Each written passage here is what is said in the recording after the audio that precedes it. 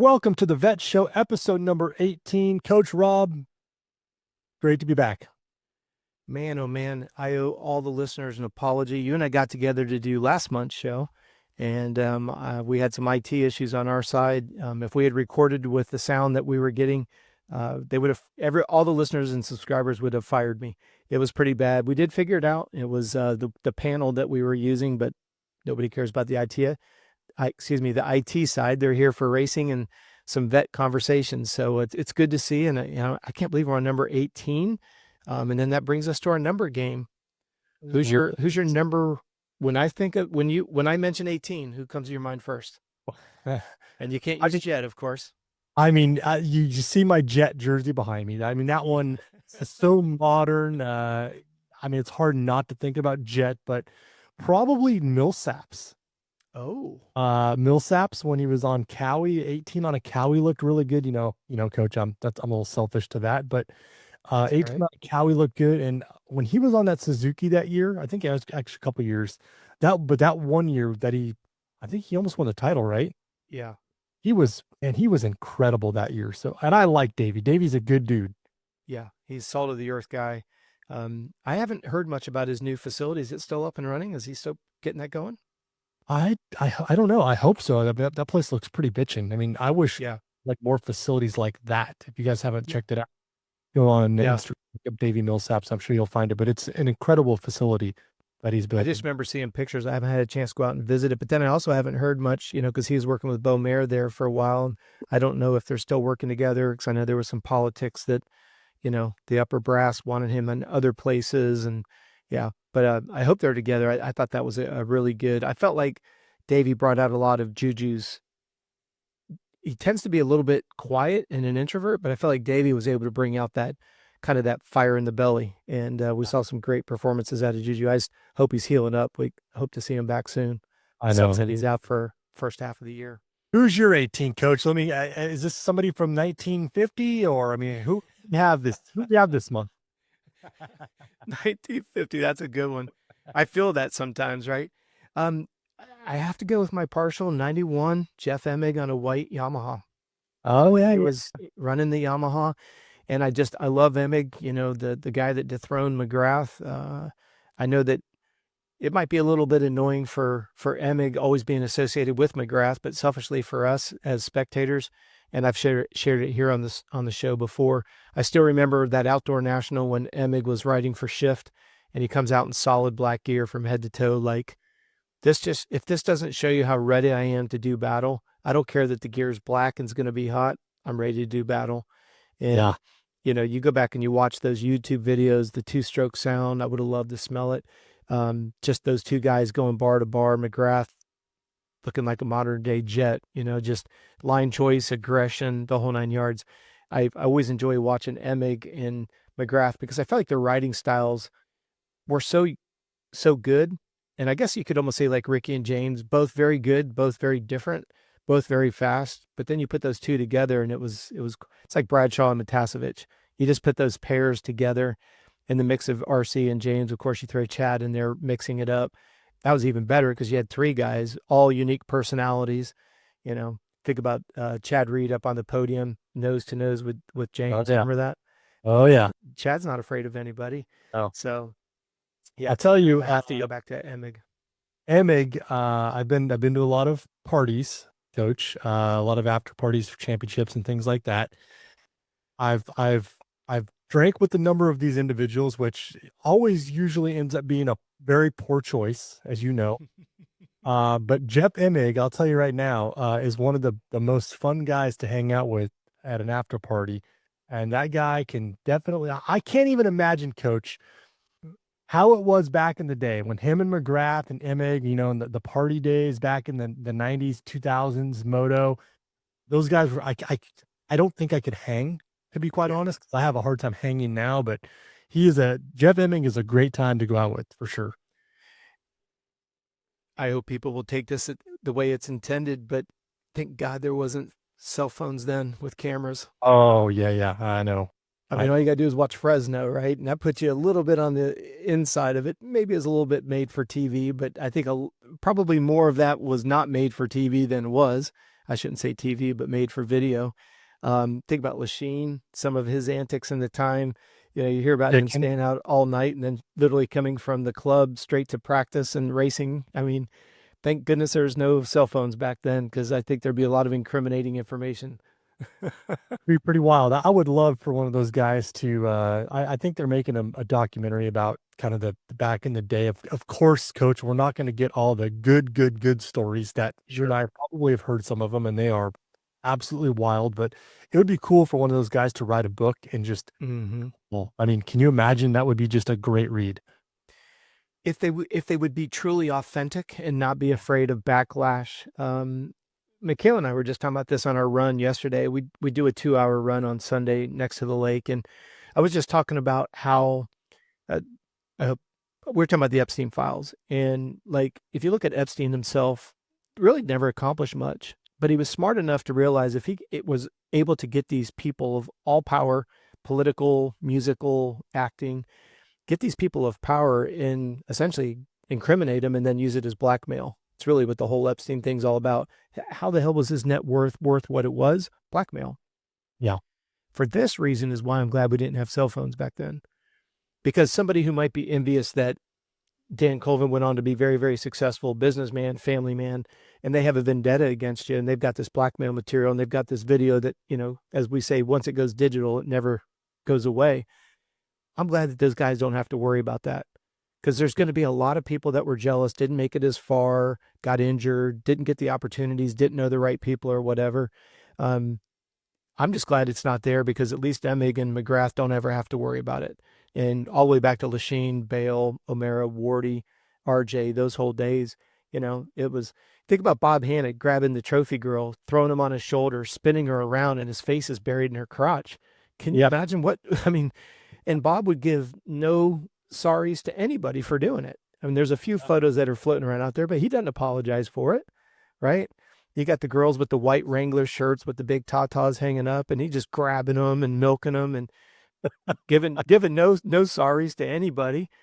It's what we love. That's what made Hannah Hannah. And Hey, I don't Coach. know.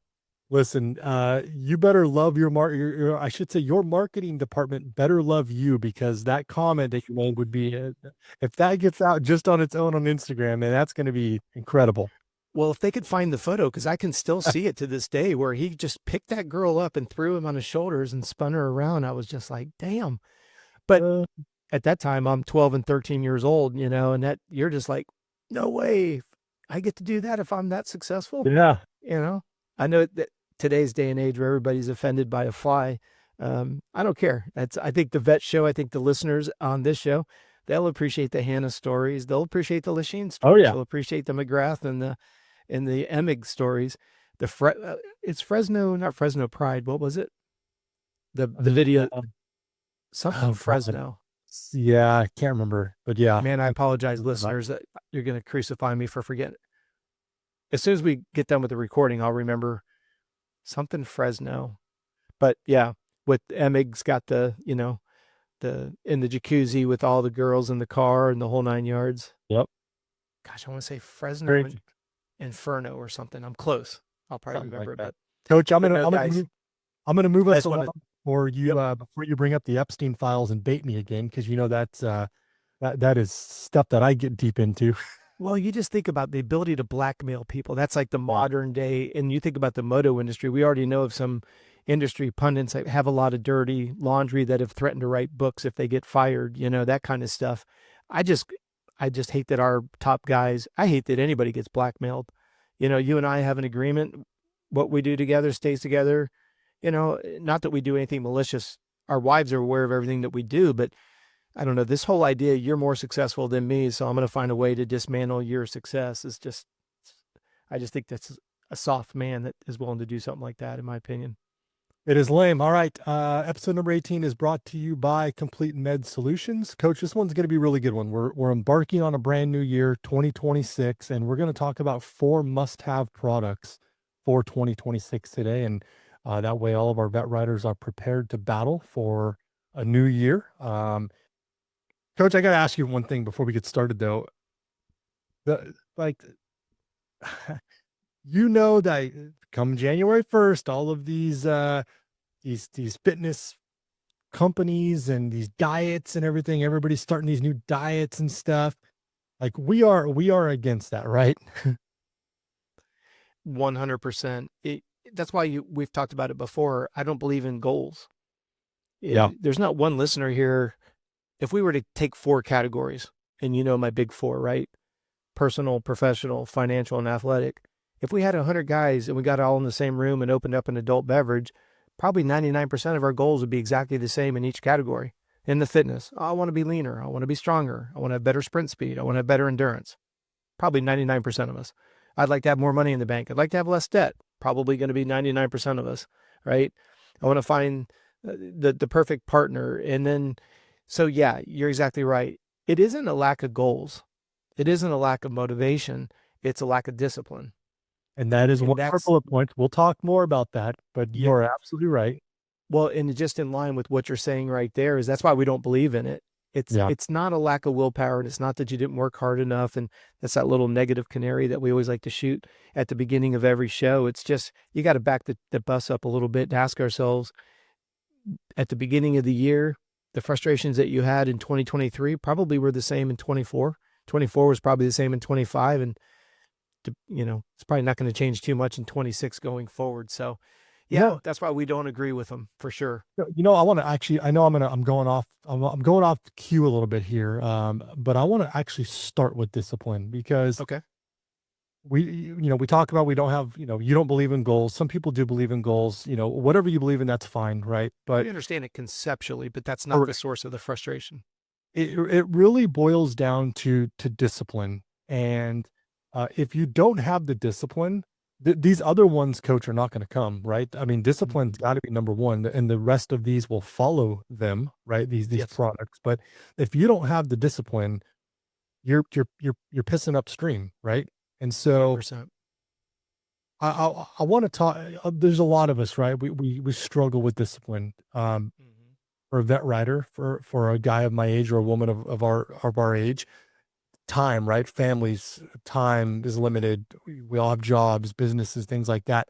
It's hard to get disciplined at this age with so many things going on in our lives. And what are some things that we can do to help us stay focused and disciplined in meeting these expectations for ourselves?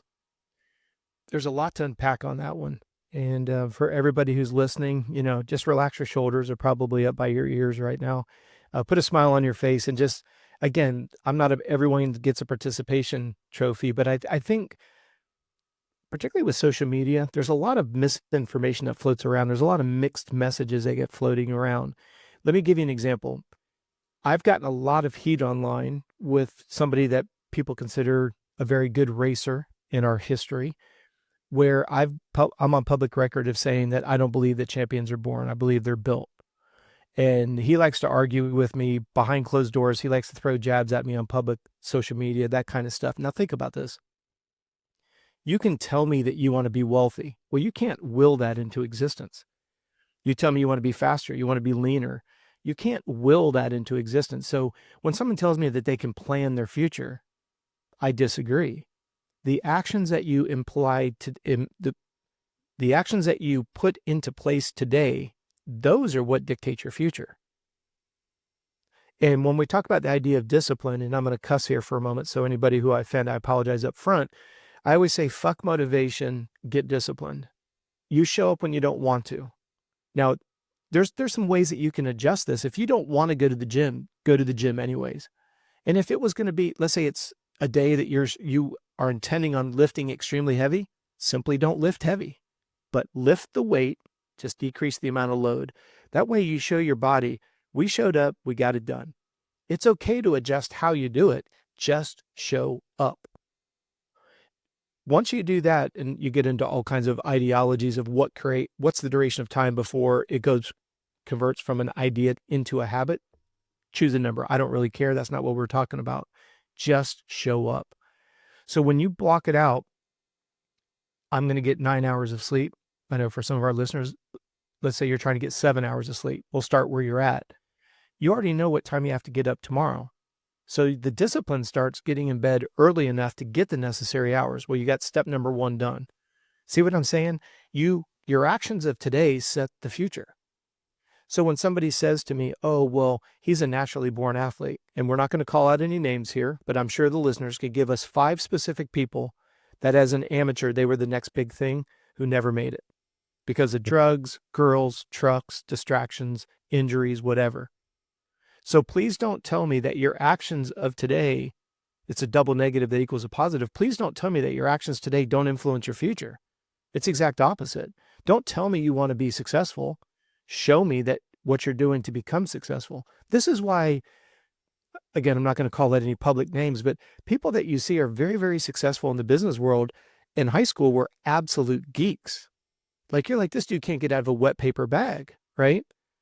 But because he stayed focused, he stayed disciplined, he surpassed everybody's expectations. Well, that's what I'm saying. I can take somebody who doesn't have raw talent, but through discipline, will nip away at the person who's got all the talent. And then you get into the cliches.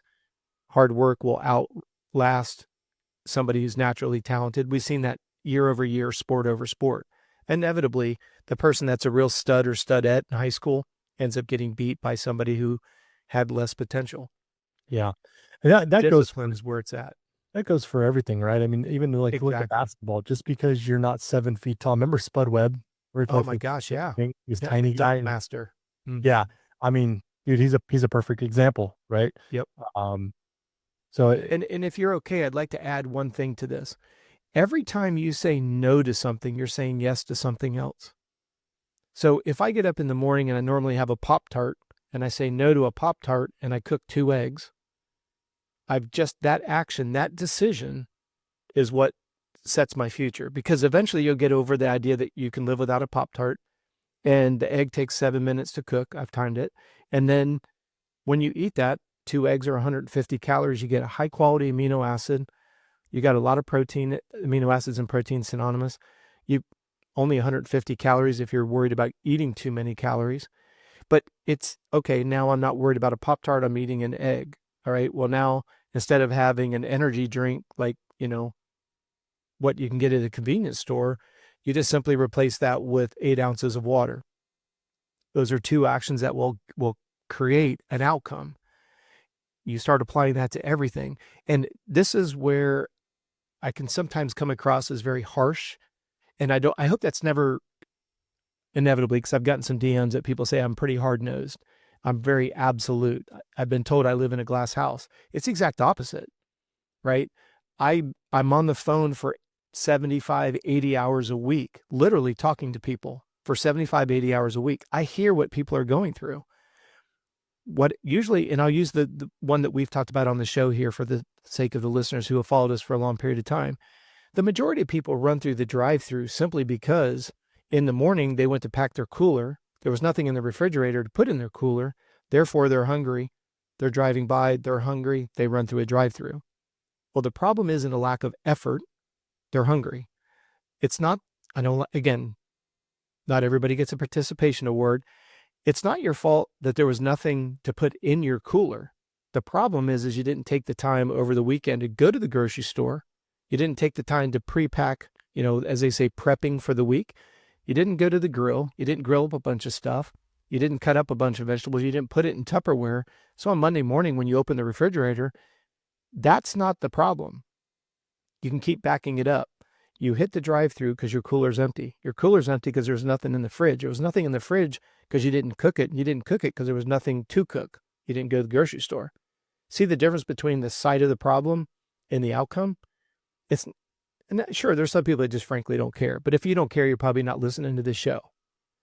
Somebody who takes an active role and responsibility in their success, that's why I'm set. In fact, I hope you guys can see this, just so you know that I'm not, it's literally my screenshot. And what it says is, my entire life changed when I accepted one truth. You don't plan your future, you plan your actions today, and those actions create your future. That is literally my screensaver on my phone. You guys can see it if you're watching this on YouTube. Okay. I live by that. I live by that because no matter what you're dealing with, if you want it to change, it starts today. If you look at the muscles that sit on your body right now, body fat, bone density, muscle thickness, is a byproduct of the food that you've eaten and the activity that you've done for 6 months. And that's what makes human performance so frustrating, is what you do today, you will not see the results of that for 6 months. And in an environment where we're so addicted to immediate gratification, hey man, I worked out on Monday and I'm not super buff by Friday. This doesn't work for me. Yeah. But what I do love, and I say this very, very humbly, with 400 plus #1 amateur titles and 4 AMA pro plates, we've seen somebody who's gone from, he's good, but he's not great, to becoming great just because of discipline. And again, I'm going to cuss again. That's why I say, fuck motivation, get disciplined. You show up when you don't want to. And when you put those two together, when you set your schedule and then you say no to something, tells me that you're saying yes to what you want in 6 months. See what I'm saying? Every time you say no, you're saying yes to what you want, and you can reverse it. What I'm saying yes to means I'm saying no to everybody else. And this is where, and I'm going to give credit where credit is due. The first time I met Mike Grundle, most of our listeners would know Grundle. He was the silent investor in the Geico Honda team. He was the founder of Planet Fitness with his brother. And I'm like you, Dan. I don't try to figure a lot of stuff out. I'm going to go where the smarter people are at in the room and ask a lot of questions. And Mike and I were looking at buying Blake Baggett's place here in Florida. We were going to build a motocross community together. And we're at lunch together. I just met Mike. Mike had called me and said, hey, would you meet me at Baggett's place? And we got out there. And I asked him, I said, what was the foundation for you and your brother building that? He goes, you ever read the book, The E-Myth? And I said, no, sir. And he looks at me and he says, that's all I'm going to tell you. I said, thank you very much. And by the time we got in the car and we're pulling out of the parking lot, that book was on order and on the way to my house. And literally, I rebuilt my businesses after reading that book. The reason why I say that is I'm not going to try to reinvent the wheel, but when you look at the people that you consider your most, your closest friends, look at how many times those people say no to a lot of things. And then we go, wow, that guy is so successful. She's so successful. They get so much done. And it's not, and I don't want to go down a bunny trail on this, but I want the listeners to really lean in on it. We all have the same 24 hours in a day. Elon Musk just leverages the day better than we do. Whether you like Elon politically or not, that's not what we're here for. Please, we don't want to distort the conversation. But at the end of the day, it's not, because you're never going to be able to outwork. I can never outwork you, Dan. If you work 12, I work 12. You work 13, I work 13. You work 24, I work 24. Now we're both out of time. Yeah. Neither one of us can outwork each other, right? But you can outleverage me because you get more out of the time that you put in. That's the big epiphany as we go into the new year.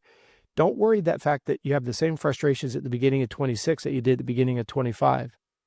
What habits didn't change that kept you in the same spot? That's why I'm going to go back to this one more time. You don't plan your future, you plan your actions today, and those actions create your future. Stop and think about that. So any place that you've made adjustments, things that you've said no to, has probably moved you closer to what you felt was more important. Monday night football with the buddies, you run the risk of drinking and driving, or just stay home, or have everybody come over to your house and everybody spends the night so nobody gets a DUI. Seems very benign until you get the DUI because you went to Monday Night Football. And I don't use that because I have, it hits home to me with some families and friends of ours, right? Didn't seem like it was that big of a decision until it was a big decision that you can't undo. So when you look at the frustrations, it's not about you lack the willpower. It's you didn't have the discipline in your schedule to make it a reality, which means saying no to a lot of things.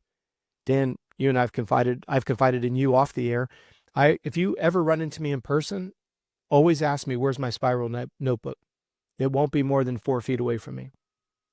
If you see me at the races and I've got a backpack on, it's in my backpack. If you go to, it's not very romantic. If you were to meet Michaela and I at dinner, I've got my spiral notebook. If we go anywhere, I've got my spiral notebook because I call it the big book of ideas. Because if I can write it down, I don't have to worry about forgetting it, but it doesn't mean that I react to every single one of those. I look at this is not to get into business management, but there's a time and a place during the year that I look at that. And then, but like right now, just this past week, our entire 26 every new product that we're introducing, like we've got Anatomy of Arm Pump. You guys may have seen that being promoted. That's our digital product in January. We have the Anatomy of an Injury. That's our product in February. We're putting out a new cookbook. That's going to come out in March, right? Every single month, we've got a product that's coming out. So the idea here is, yeah, I've got a big book of ideas, but where does it fit into the big scheme of things? And then that dictates how I spend my hours. And there's times that I really don't want to be working on. I've been asked to write a book. We're going to publish a book in December of next year. So I've been asked to write a book. Well, that's pretty cool, right? Never been asked to write a book before.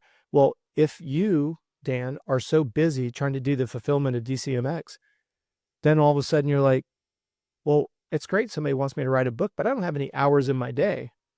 So if I say yes to the book, I have to say no to another digital product. I have to say no to going and doing performance camps. I have to say no to going and doing a speaking engagement. Whatever it may be, I said yes to something. I have to say no to something else. And where does it fit into what's important to you? You see the difference? And that's where I want to break the frustration for our listeners, especially the men, because men really don't have any place that they can go and just scream, holler, cry, cuss, laugh. You're trying to solve all the world's problems and everyone comes to you to solve them. That's where I think we need more of a male environment where we can be like, dude, I have hit my head against this glass ceiling. That's why I asked Grundle, hey, how do you break the code? Like, how do you scale a business? I get it in gist in the idea, but there's only 24 hours in a day. Yeah. Read the myth book. Coach, can you, I want to make sure that the listeners have the link to that book down in the description of the show. So, absolutely. I know we do have some readers. I know we don't have, I'm not a huge reader, Coach, but at some point, like I know Mike Grundle, and he's very successful, right?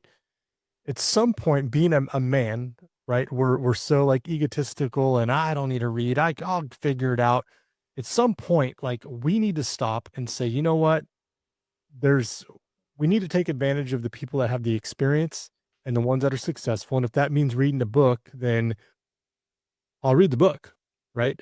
Because at some point you got to kind of stop the bleeding.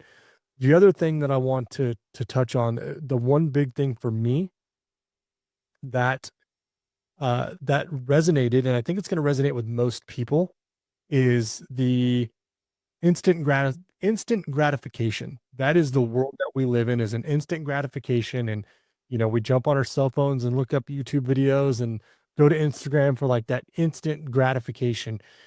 We have lost the ability to be patient and put effort into things, especially with Coach, we talked a lot about AI kind of off air and kind of how AI is shaping the world. That's only going to make things worse in that sense, right? Because looking for an answer, just go to AI, right? And in 2 seconds, ChatGPT spits out. But we have to somehow get past that, because physiologically, that is not how that's not how it works. And it's tough, especially for people my age, Coach. I just turned 42 a couple days ago. The older you get, the slower results come physiologically, in the gym or eating, getting on diets. It just it's harder to lose weight, and it's harder to build muscle mass, and it's harder to get in better cardiac shape as you get older. It's just it's a fact. But it's the mindset that you have to put yourself into to be disciplined and say, okay, I weigh 200 pounds today. If I keep doing this work, I'm going to weigh 180 pounds in June, right? But you can't get discouraged when the month of January runs out and you've only lost 1.5 pounds. Just have to keep going. And one thing I know you've seen it online, Coach, is, people say, hey, I just want to be 1% better each and every day. That doesn't sound like a lot, right? It's like, 1%, that's nothing. But in 100 days, you've already doubled whatever you're trying to be better at, right? And so and it's tough. It's tough in today's age of getting past that instant gratification, and maybe that book will help answer things for people. But for me, that's the hardest thing. there's a couple things that I must address because you hit the nail on the head, but not for the reasons that the listeners are going to think. First and foremost, you brought up a really good example. In a clinical environment, the goal is to lose a pound every 2 weeks. If you want to keep it off, shoot for 1 pound every 2 weeks. If you get more than that, that's gravy, right? But the idea is that, like to your point exactly, you commit in your brain that you want to lose the weight, but then you put a number that's bigger than the number's bigger than what physiology advocates that you can do in a healthy and sustainable way. We use the acronym KISS, keep it simple and sustainable. So you brought up such a valid point. All right, I'm 200 pounds. I want to be 180, 185 by June. You do the math backwards, that's 15 pounds. Instead of asking for June in 6 months, you've got to recognize physiologically, if you do it the right way, you need to give yourself a year. If it comes off by June, because maybe you're able to get an extra 20 minutes in a day or whatever that it may be, great, you got there sooner. Now, we're not lowering the standard. It's like me saying that I've got a vehicle and the fastest it can go is 60 miles an hour. That's the fastest I can go speed limit wise. I can't go 900 miles in 5 hours. My car doesn't go any faster than 60 miles an hour. In 5 hours, I can only go 300 miles, but I want to be there. I want to get to 500 miles. You can't, dude. Your car's not fast enough. When we put it in mechanical terms, you go, yeah, well, no shit, Sherlock. You can't go any faster than the car can go. Okay. Well, if somebody's willing to explain the why you can only lose a pound and a half every week, every 2 weeks, now you start looking at 2 to maybe 3 pounds a month. Now you start doing 6 months. Now we're down to 18 pounds. All right, now that makes a little bit more sense. You can't ask the body to do, and this is where we have a problem. And I say we as humans, I always use the analogy, you want to jump the Grand Canyon instead of jump across the sidewalk. And then when you jump off the edge of the Grand Canyon, you get frustrated because you fall in the pit. Well, it's too big. The gap's too big. You can't get that far. So just jump far. You call it the rule of 1%. That's what we refer to it in our company. Just be 1% better today at something. Getting 5 minutes extra sleep, that's 1%. Yeah. Nailing your hydration today, that's 1%. Having a cooler instead of the drive-through, that's 1%. Learning how to focus. When this comes out, it will be January, so I'll just go ahead and, you probably have seen some promotions that we've put out for our CRS Performance Academy. It's literally going to school for exercise physiology, nutrition, sports psychology, specifically for motocross, supercross, and off-road. We're offering a 2-year degree and a 4-year degree.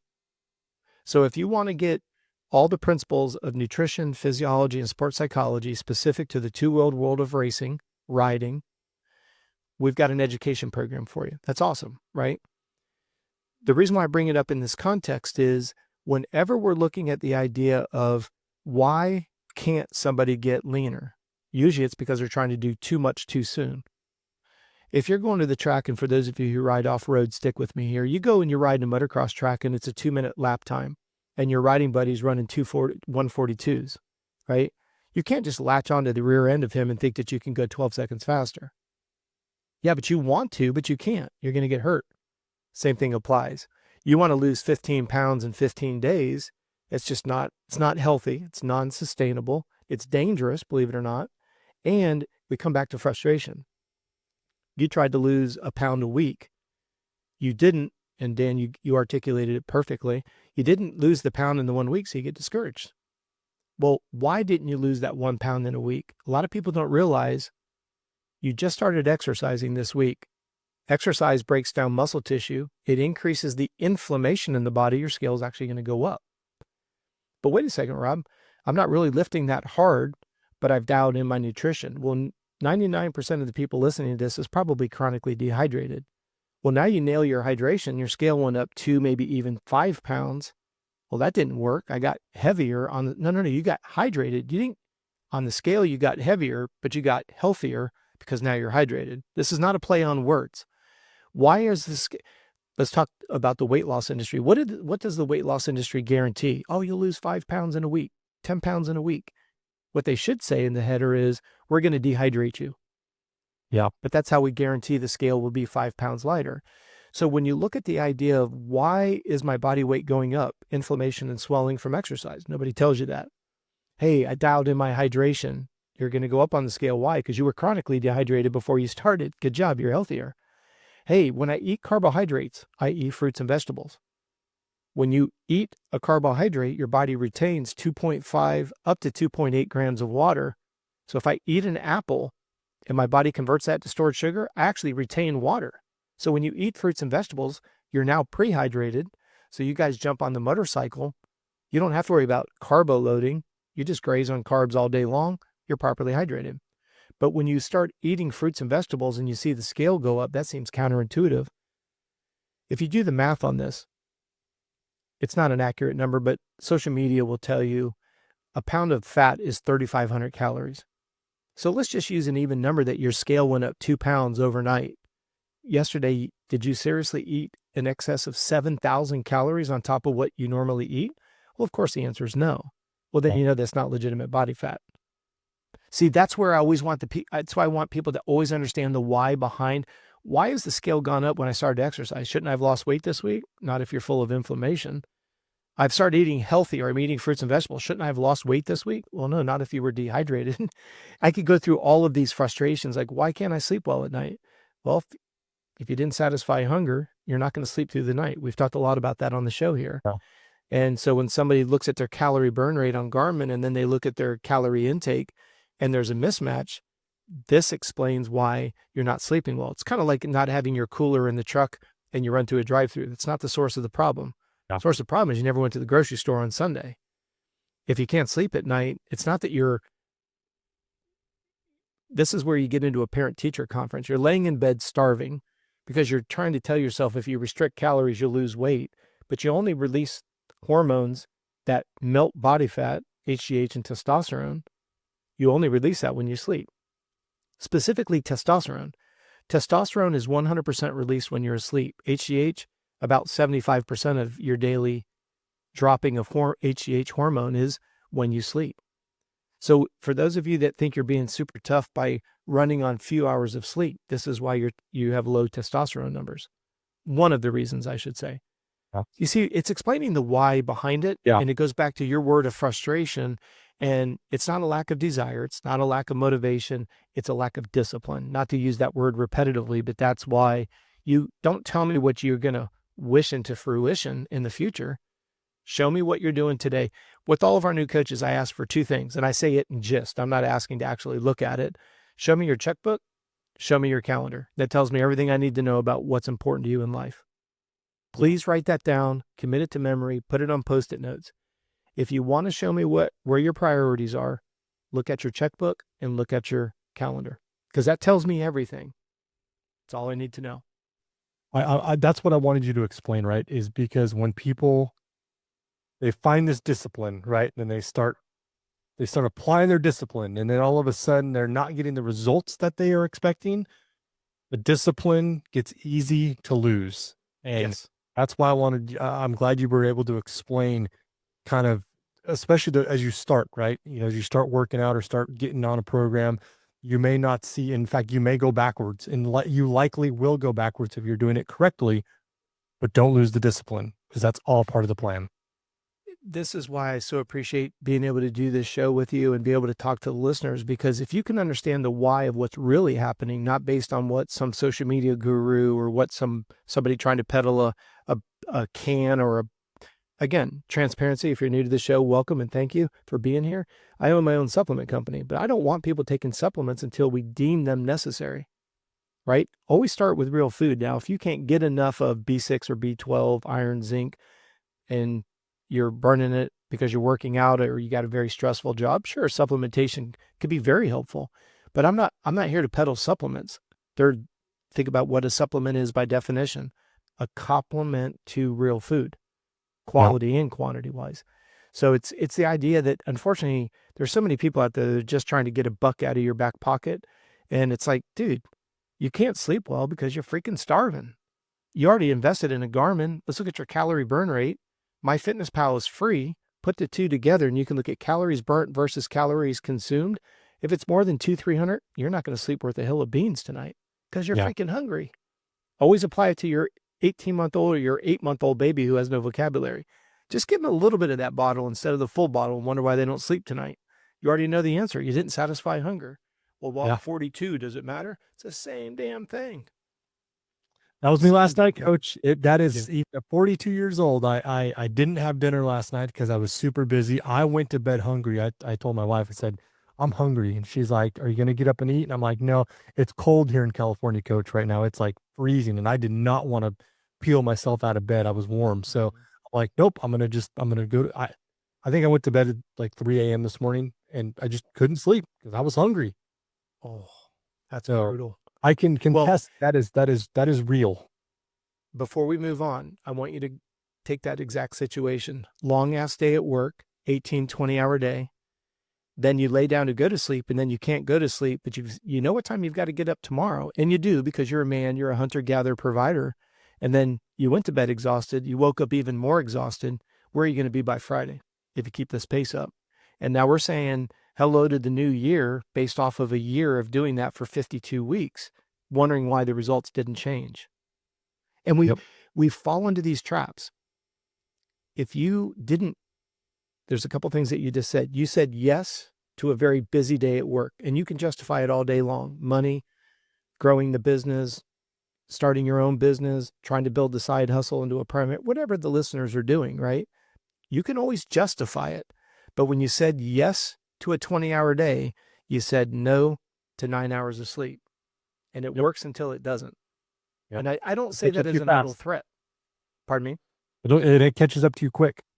Well, and you said something earlier, and I do want to unpack it just slightly, and it's a polite disagreement with what you said. Chad Reed, I remember when he was doing his own race team, he said something that I wanted to put on every billboard I could afford to find. And he said, as I get older, it takes me less time to get in shape. He knows where he needs to be in that race shape, and he could get there quicker and quicker.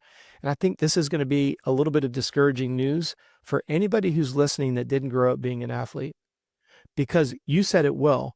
Hey, it gets harder every year to build muscle and drop body fat. Well, it's even worse if you spent the first 30 years of your life building a business at the expense of your health. It's literally 5 times harder to get, because you got to build a routine. You don't have an athletic background. You didn't grow up in the gym, right? So you're going in there going, what the hell is this? Somebody puts it on a piece of paper and you're like, what's an upright row? You're like, what the hell? Right?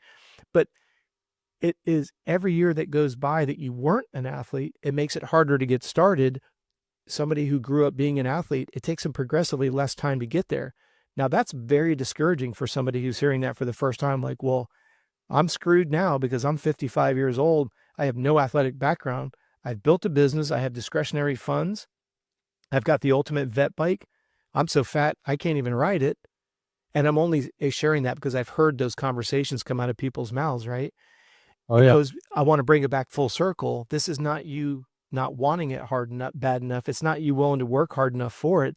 It's time is working against you because you don't have that history to get it back quicker. We had Zeb on the last show, and you even said it. You know, Zeb can still haul the mail on the track. Oh, yeah.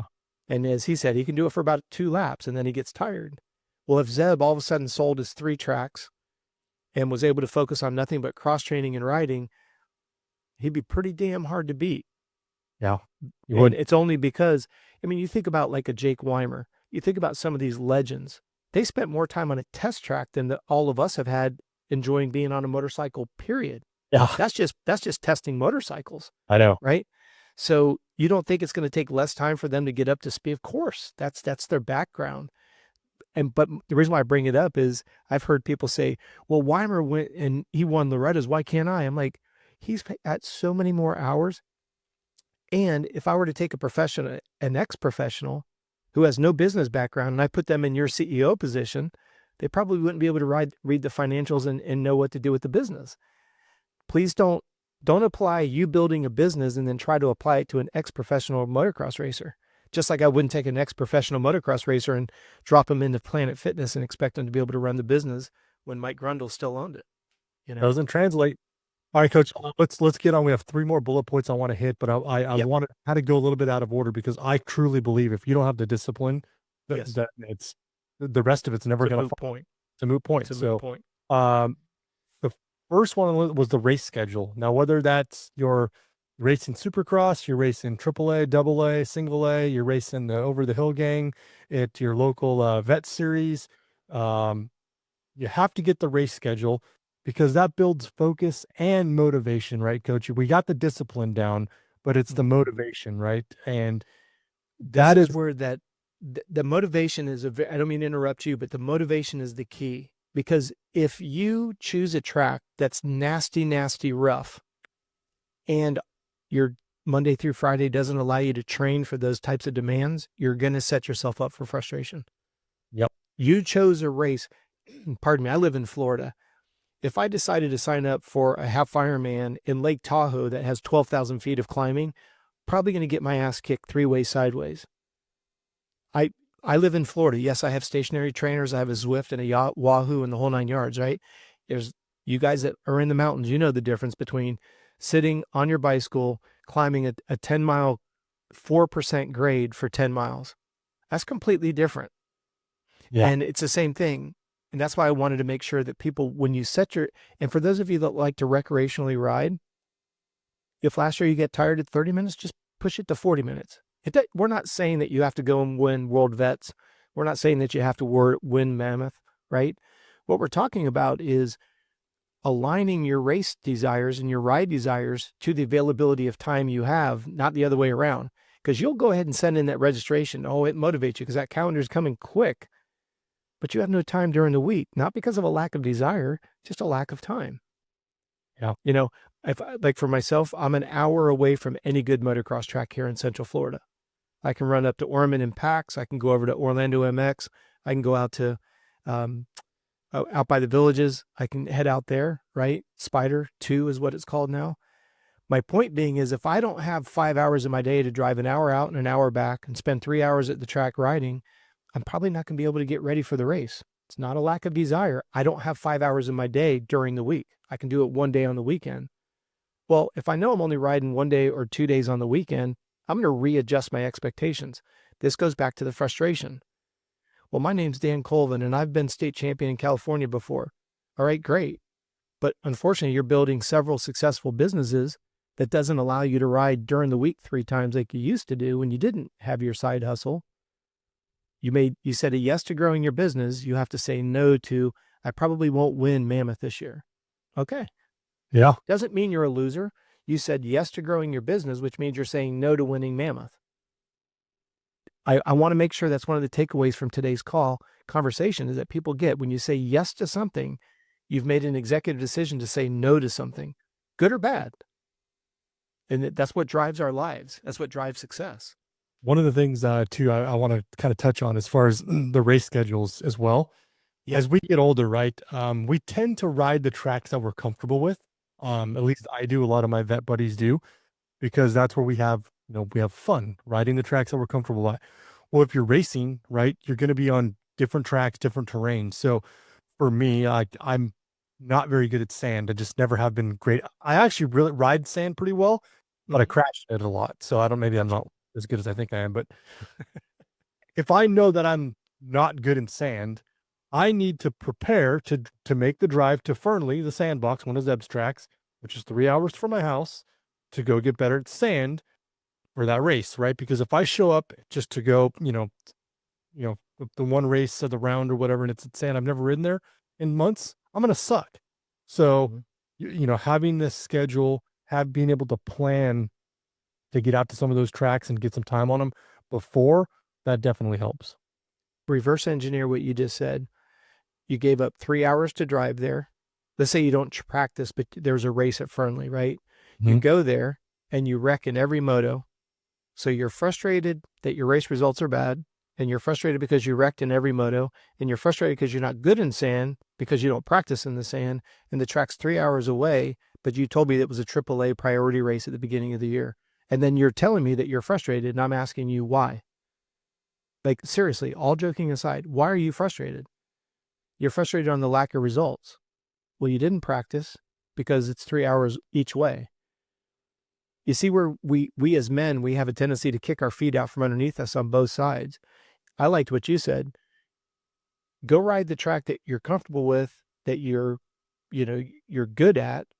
Yeah, but they don't hold a race there. Okay. Well, then be okay with going and getting beat at a track that you're not good at if you insist on racing. And if we take it out of the context of our listeners and we put it on Cooper Webb, Cooper Webb's from Georgia. What's he known? He's not very fast when we open up at A1. Why? It's dry and slippery. We all know it's not his strength. What do we all say? Oh, when the races go east, the momentum shifts for Cooper Webb, right? When you look at it at a professional level, it makes sense. You're like, oh yeah, we know he's not really good on the dry West Coast type of tracks. He needs a deep, loamy rut. And then you have the opposite. Someone that's really good on the West Coast, we go east. We know they're going to fall off the mark a little bit. When we become a vet racer, when we get into the idea that I want to be the best at everything, well, you're not, again, I want to make sure it's crystal clear.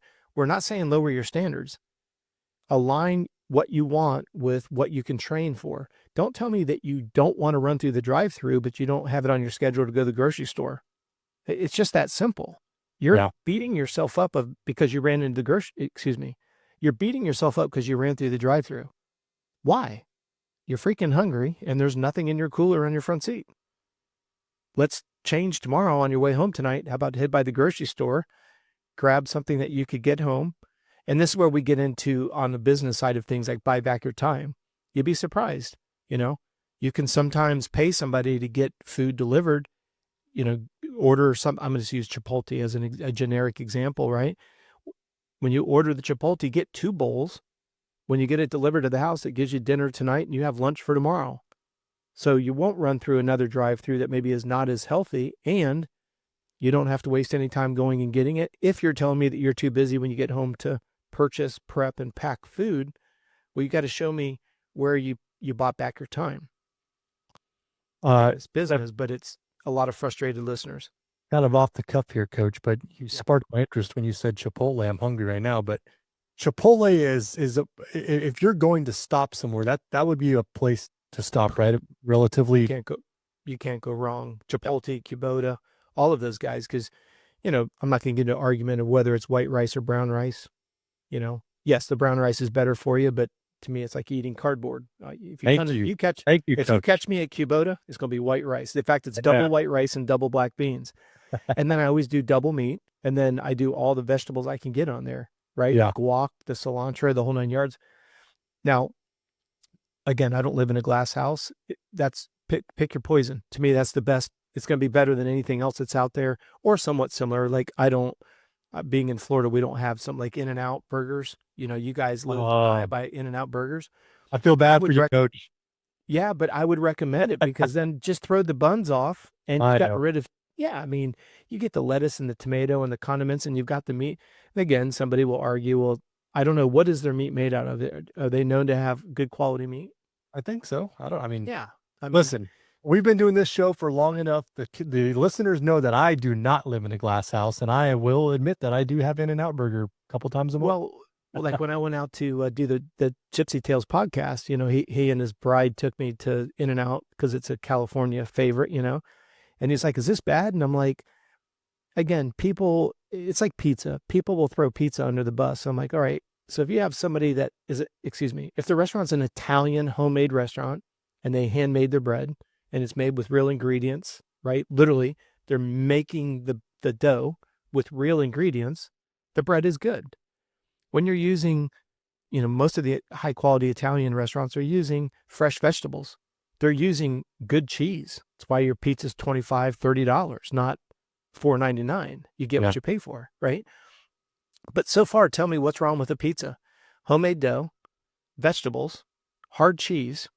And again, some people would probably argue with pepperoni and sausage and stuff, but I still don't see where that is as bad as some of the other stuff that's out there. Yeah. And then you throw a nice craft beer on top of that and you got a complete meal. You know what I mean? And for those that don't drink, I've learned through Michaela to appreciate food and flavor. Like, I'm not a wine guy, she is.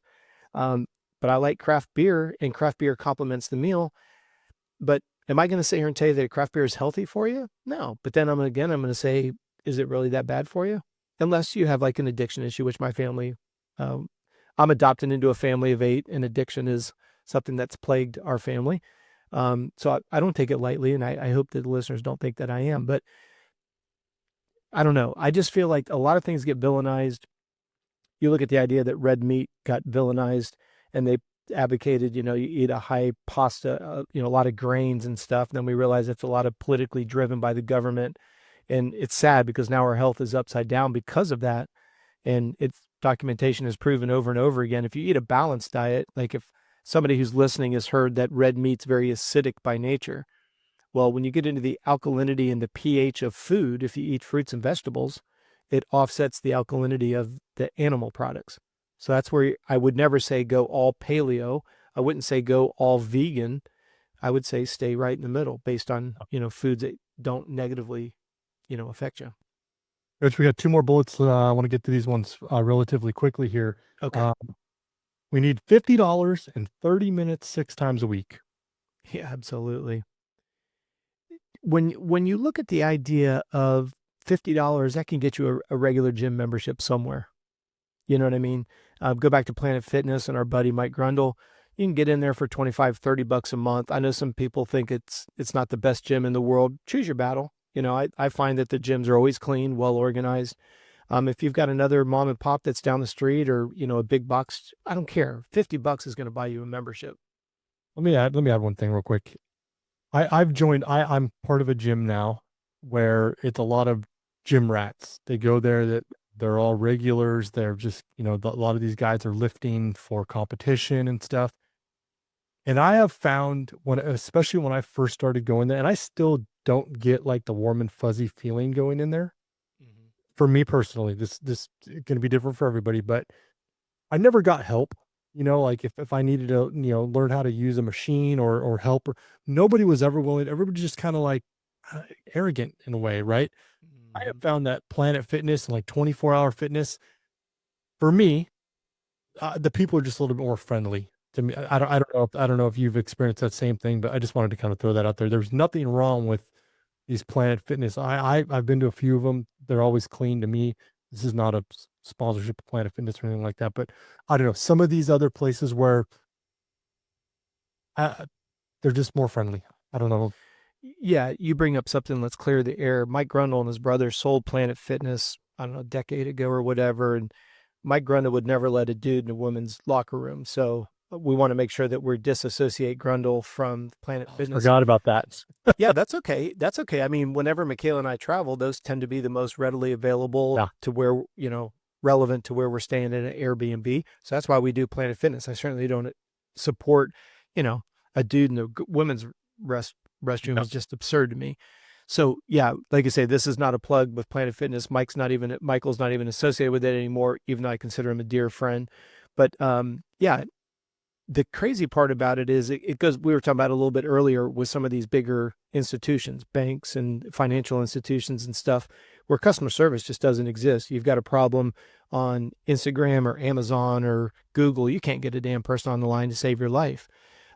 So when it comes to not knowing how to do a particular exercise, here on YouTube, I've got an entire playlist on how to do exercises where I walk you through, hey, please make sure that you're keeping your low back nice and straight so you don't blow get a herniated disc or do something to your back.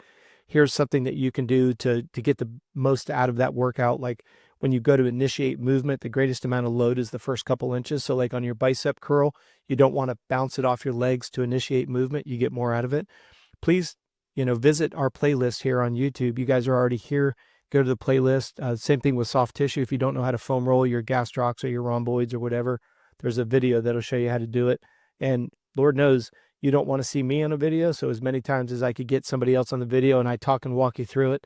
Like we did a video series when we were in Hawaii, and we were in Maui for Ironman Hawaii. We go to Maui first, and then we go to Kona Friday night.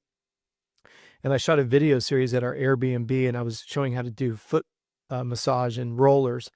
And it's our number 3 most popular show for all you feet fetish people out there. Our number 1 video on YouTube, believe it or not, is how to use a swim kickboard. It has over 1.5 million views. Really?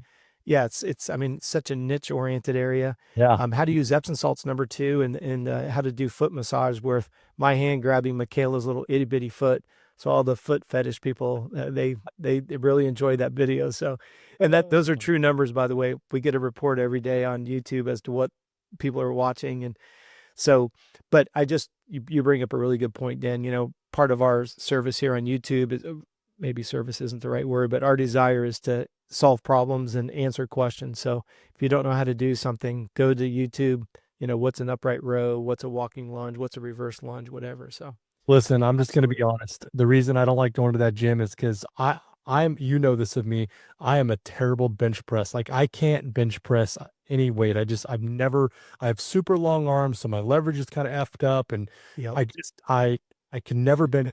And bench pressing the damn bar, coach, it's a little embarrassing when you got guys that have got like 3 plates stacked on each side. So okay, I get Yep. made fun of. All right, anyhow. I'm The with you. last one is the a scale. It doesn't need to be something super fancy. If you can afford the high, and Garmin makes their scale, but Yeah. even just a $25 cheap scale from Walmart or Target will do you just fine. But the Garmin heart rate monitor, and the watch. I'm going to go and throw the watch in there as well, Coach. Yeah. It's important, right? Because we want to get metrics. We need to make sure that what you're doing is paying off, and we see that, or you see that in the data, right? And then our viewers, they'll see that as well once they learn what they're looking at. But also for me, I kind of geek out on that stuff, right? Yeah. I like setting my lap timer up when I go to the track to just track my lap times, and I just geek out on it. You start looking at the graph, start looking at your heart rate, your stress level. It kind of gives you like kind of gives you a benchmark or a goal, if you know what I mean. Like, hey, my stress score was this today. Tomorrow, I want my stress score to be lower. And I don't know. Seeing that to me helps motivate me as well. When you think about the most successful people in the world, they'll all tell you the same thing. What you measure improves, right? If you're trying to work on your finances and you make it a priority, it improves. If you work on your relationship, it improves. And that's why the scale is there. Is we talked earlier about the idea, your scale number, when we talked about the subject of hydration, your scale should be 3 to 5 pounds heavier at night before you go to bed over your morning weigh-in. So get up in the morning, empty your bladder, weigh in. Go about your day, empty your bladder, weigh in again. You should be 3 to 5 pounds heavier, at least 1 kilo to 1.5 kilos heavier at night than you are in the morning. That's a sign that you're properly hydrated. So for those of you that have had a love-hate relationship with the scale, just change your perspective. We're not looking at body fat. Even if you have a digital scale, don't read the body fat numbers. You'll notice that the deviation, the delta of change on the body fat percentage, I've seen it'll go from it'll say you're 21% to 41% in one day. And that's just based on, they send an electric impedance through the bottom of your foot. So if you're really hydrated, it'll drive your body fat up, believe it or not. That's why when you're dehydrated, you have a lower body fat percentage on a I digital always scale. wondered how those worked, Coach. I could never figure out how the hell those things work. How the hell does it know how much body fat I have to step on a scale? That's why we say don't pay attention to what the body fat scale says. That's why we use pinch calibers. And I know it's old fashioned, but for the sake of the listener that's frustrated, which is how we opened up our conversation today, the frustration stemmed from you're looking at the scale, reading it incorrectly. We use the scale in the morning and evening to validate that you're hydrated. We use your morning over morning weight to look at inflammation and swelling from either exercise or a reaction to food. See how scale has a completely different benefit? Because if you're measuring the scale, and you've learned through today's conversation that the scale is going to go up when you break the muscle tissue down, it's just inflammation and swelling. Well, you expect the scale number to reflect the inflammation and swelling. If you eat something that you thought was healthy, I've shared this on the show before. We have a professional triathlete that eats a red apple and he just has a reaction only in his face. His face swells up eating a healthy red apple. So the idea here is you got to find what food sensitivities. So when your body all of a sudden bloats up, that could just be something that you ate, whether you deem it healthy or not, doesn't matter. Your body reacted to it. That's why we use the scale. And with the Garmin, and we have a link here in the description on YouTube, go to our Amazon store. Amazon has been after us for decades to open a store. We finally did. My only request was, instead of us making $5 on a watch, please pass it along to our end user. That's their guarantee. I'm hoping that they're able to honor it. We don't babysit it every day, but I do encourage you can find the scale there, and you can find the Garmin watches in there. The brains have come so far on the Garmin. What I'm showing on my screen here is the Phoenix 6. The 7s are out. The brains are all the same. There's a few, like the new 7 has a more advanced GPS. So if you're spending a lot of time hiking in the woods, you might want to invest in it. But the reason why I bring that up, Dan, is, you can get the Forerunner, you can get the Phoenix line for now $300-400, where they used to be $700-800. And for somebody who may be new to the show, the reason why we advocate the Garmin is because the Garmin dashboard is the easiest to read.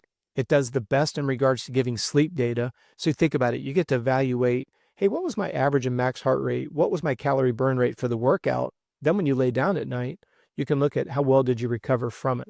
And if you absorb that workout, you wake up the next day leaner and stronger every single day. So we're not trying to spend the money. It's the exact opposite. Always understand why we want you to have it. And then when you have it, how do you interpret the data that you've collected? And it comes back all the way to the very first comment you made today, Dan. We just want to address the frustration. You work really, really hard for 6 months. And hopefully after today's conversation, you made some small adjustments in your actions, planning of your schedule, saying no to things, meaning that you want to be saying yes to something else. You talk to any top entrepreneur, and that's what they'll tell you.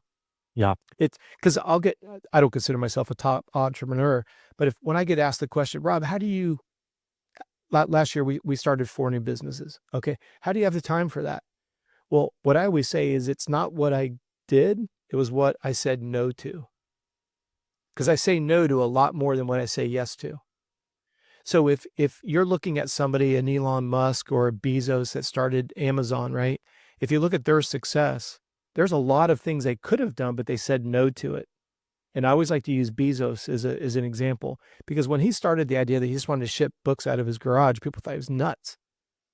And I saw a statistic, don't hold me to the exact number. I think it's something like 41% of total products being moved in the world at any given time is an Amazon product. Oh, I'm sure. I ship the coach there at my house 4 or 5 times a day. But what they said was Amazon is so big now as a transportation company that it can never go out of business. It represents that much of the market share of volume on a guy that started by wanting to ship books out of his garage. Let that sink in for a moment, right? An idea, I mean, it wasn't that long ago, we didn't even know what Uber was. We'd never heard of Uber.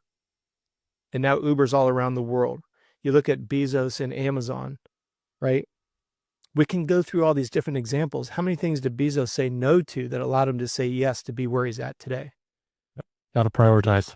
Yeah. And you look at that boat that he's got. I'm a big boat guy. I love boats, especially big yachts like that. Not because of the value of them. I'm actually more mesmerized by the fact, like even an aircraft carrier, because I'll have triathletes that will tell me, oh, I can't float because I'm muscular or I'm fat or I'm big bone.